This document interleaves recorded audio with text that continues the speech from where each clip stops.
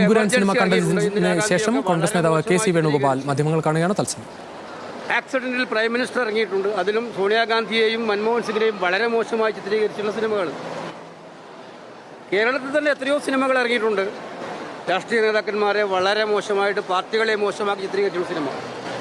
ഈ സിനിമയ്ക്കെതിരായിട്ട് മാത്രം എന്താണ് ഈ സംഘടിത ആക്രമണം എന്ന് ചിന്തിക്കുന്നതിന് ഉത്തരം എനിക്ക് സിനിമ കണ്ടിറങ്ങിയപ്പോൾ കിട്ടി. അത് വ്യക്തമാണ്.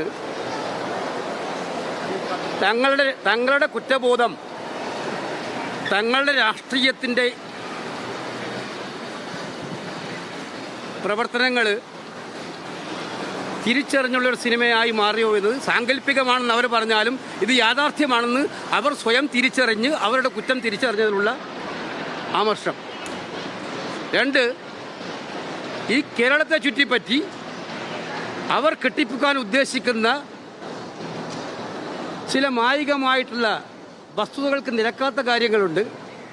അത് പുറത്തു കൊണ്ടുവന്നിട്ടുണ്ടോ എന്നുള്ള ആശങ്ക.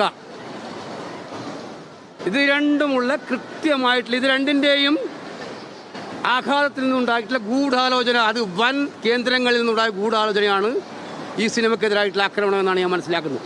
സിനിമ എന്ന് പറയുന്നത് അതിൻ്റെ സംഘാടകരോ സംവിധായകരോ അല്ലെങ്കിൽ അതിൻ്റെ അണിയറ പ്രവർത്തകരോ ആരും ഉദ്ദേശിക്കാത്ത മാനത്തിലേക്ക് സിനിമ വന്നത് ഇവരുടെ എതിർപ്പിൻ്റെ കാഠിന്യം കൂടിയതുകൊണ്ടാണ്. ആ എതിർപ്പ് കൊണ്ട് എന്തുകൊണ്ടാണെന്ന്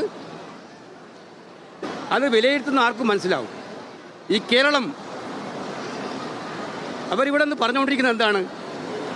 സംഘപരിവാർ പറഞ്ഞുകൊണ്ടിരിക്കുന്നതാണ്.